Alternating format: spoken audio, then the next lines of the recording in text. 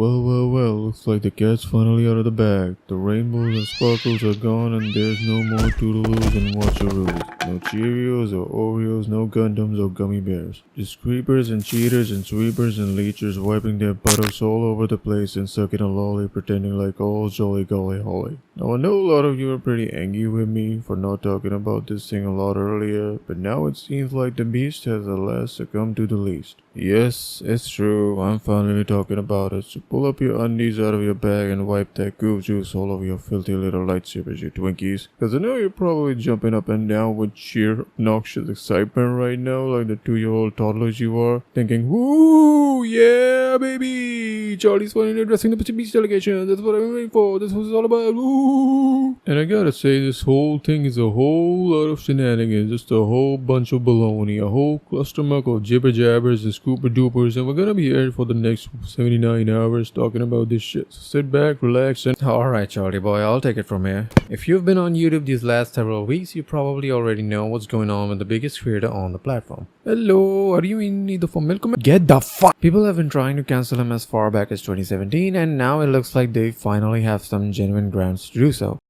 So this is MrBeast!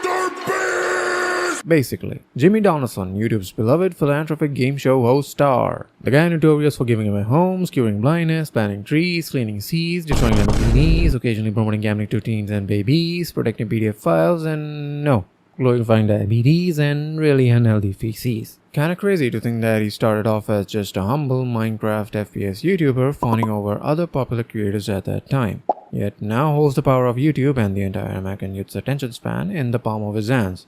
Jimmy used to make random contents and commentaries for the fun of it, but now rakes in hundreds of millions of views from super fast-paced dopamine overdosing brain-frying challenge videos that give away millions of dollars in cash and prizes.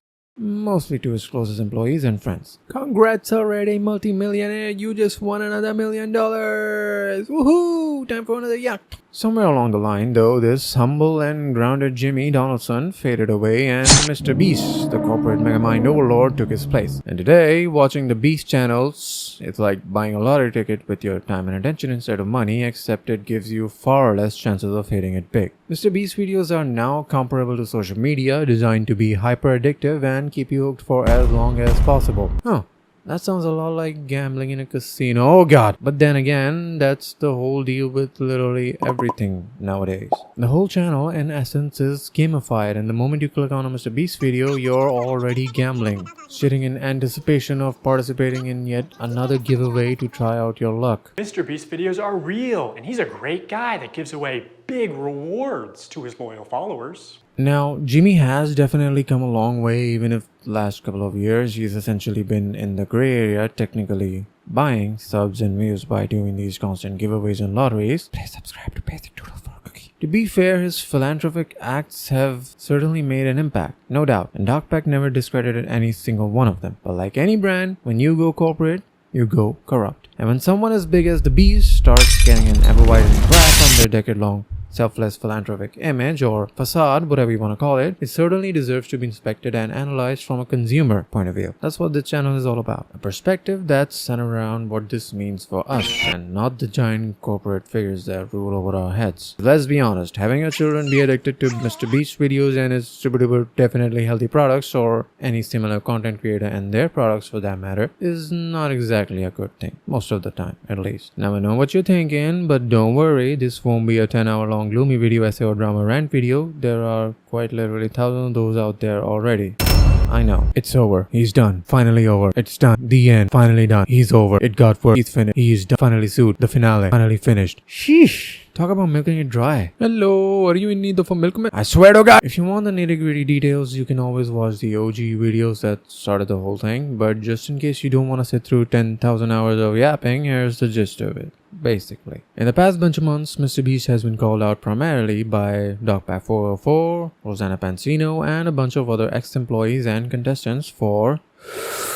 faking his videos, choosing who wins in his videos, running and promoting illegal lotteries, hiring his own employees as contestants, mistreating his own employees and contestants on the channel, mistreating his own employees and contestants on the Beast games.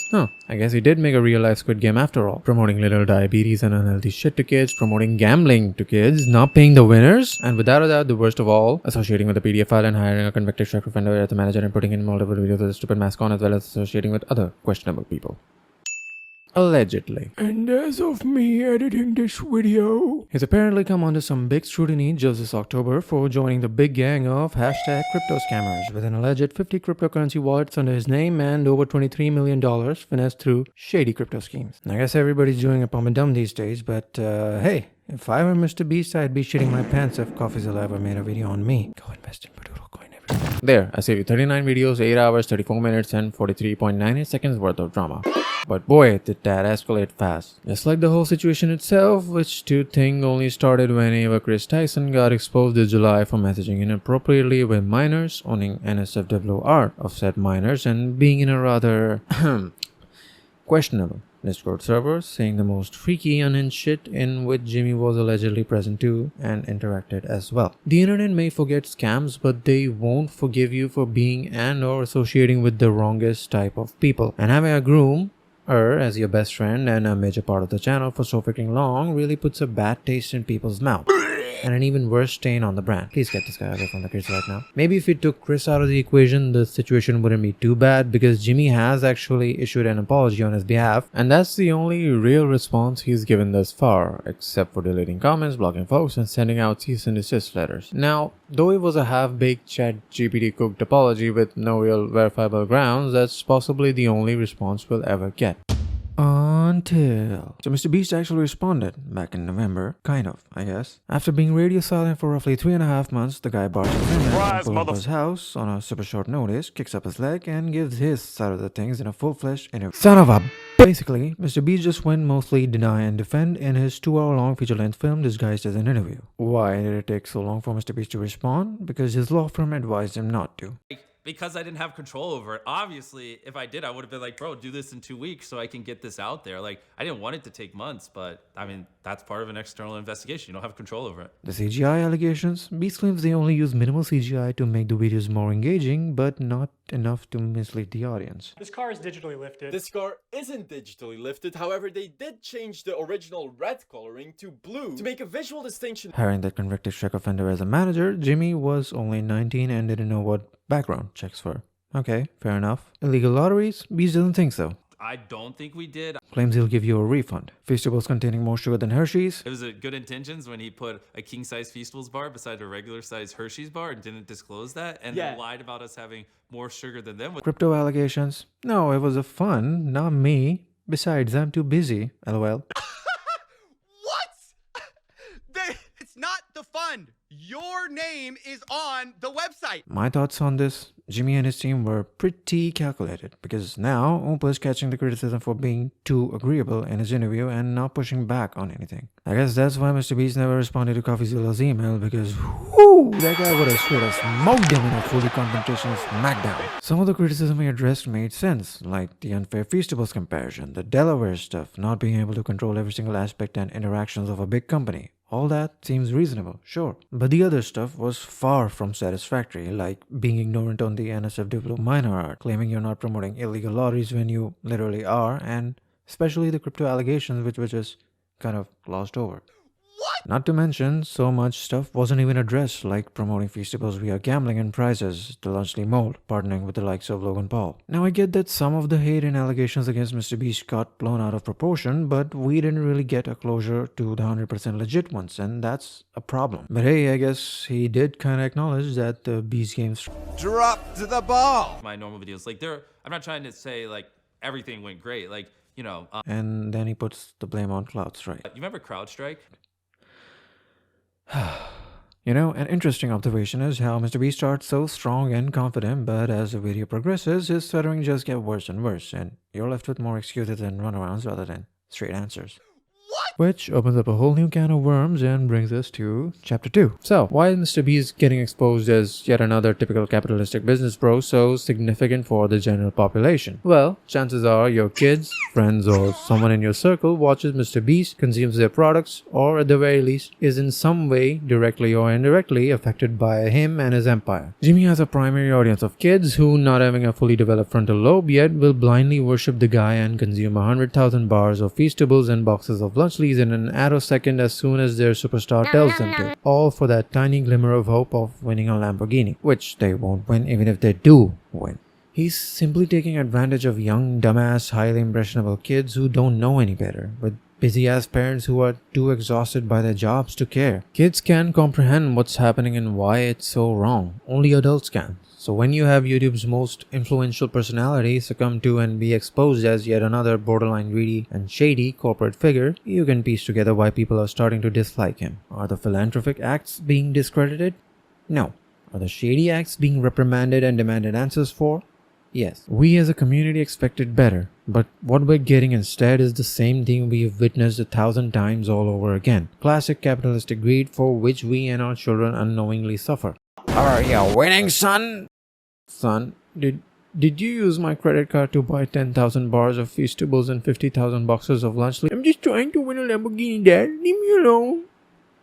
In an average kid's minds, MrBeast will always be this grand saint who helps and donates so much he couldn't possibly be anything less than perfect, right? Most people can't comprehend the fact that philanthropy doesn't give you a pass to commit borderline criminal acts of suppressing potentially harmful behavior of your peers and conditioning kids to consume your content and products in the hopes of getting even more rich and powerful than you already are. All that too with highly questionable acts that fall in the gray area of legalities, such as gambling laws. Online gambling tactics are the same strategy that get-rich-quick and alpha male gurus use, but this is far, far worse because it's targeted at kids, who are much more impressionable than adults and just dumb. Heck, these gambling laws don't even apply to the internet for some reason, except for a stupid no-pert neck to squiggle your way out of the legal barriers, so MrBeast won't be stopping his rewarded CDAs and illegal lotteries anytime soon either. Please subscribe to Basic Doodle for a cookie. Very sneaky, but there's a silver lining now. That's right, folks. MrBeast is getting sued by the contestants from his Beast Games on Amazon for holy shit, that's a lot. Harassment and mistreatment of employees, plus a lot of mismanagement, incompetence, and terrible workplace conditions with too many restrictions on basic necessities like privacy and lunchtime. Basically. You remember CrowdStrike? Now, I'm not a lawyer, but thanks to Californian employee protection laws, this class action might actually work. But Doodle, didn't the contestants sign a contract or something for the game show, potentially agreeing to be challenged? Pretty sure they did, Buster, but a contract is void if the act involved is straight up illegal and a literal freaking crime. Isn't that right, legal? You can't just override existing laws and regulations by making people sign a contract. This means whether you've signed it or not, a contract that says you may potentially be harassed, hospitalized, and denied treatment for any injuries, which is more or less what happened at the Beast Games, will be tossed aside in a nanosecond to the darkest depths of Mordor. Plus, the Beast Games contestants technically fall under the category of employees, which means this employee mistreatment lawsuit might actually hold up a solid chance. I know MrBeast has a lot of money and a lot of connections, but even if this lawsuit fails, at the very least, people will always know that MrBeast isn't as awesome as we all once thought he was. Hopefully we won't make him president or something. So at the end of the day, while the guy isn't the devil incarnate himself, he's certainly not a pure angelic soul either. MrBeast's philanthropic acts have certainly made a difference, yes, but that will never excuse the mistreatment of employees, protecting the wrong people, and taking blatant advantage of naive kids with scummy products. I feel like ever since MrBeast blew up, YouTube has become a lot more about money rather than just having fun. The type of content he puts out is the one that gets instant clicks and retains attention, which benefits advertisers, which benefits YouTube, ultimately making us slaves to constant content consumption, destroying our attention spans. And that's what kids are happy with these days. So the only thing we can do to fight back is touch grass, you know? Become more mindful, spend more time with your kids, encourage them to go outside, and just try to put the screen down and live life in the moment, you know? Live life for what it's worth. Once you start doing that, you'll automatically shift away from being that brainwashed zombie. And trust me, it'll just get better from there. So yeah, that's about it, and make sure to like and subscribe, and I'll see you in the next video. Will there be milk? That is fucking it!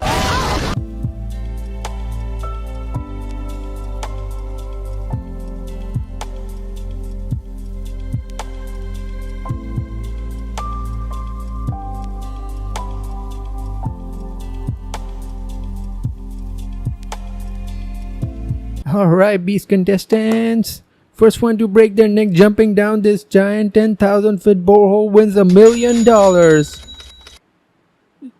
Jimmy, we didn't sign up for this. We haven't slept in 3 days, and you've kept us captive here without food and water. We want to go home. Listen close, you piece of shit. You signed up for whatever the hell I say you signed up for. Now, jump in the hole! Or else these $1 million will be lost forever. Yay!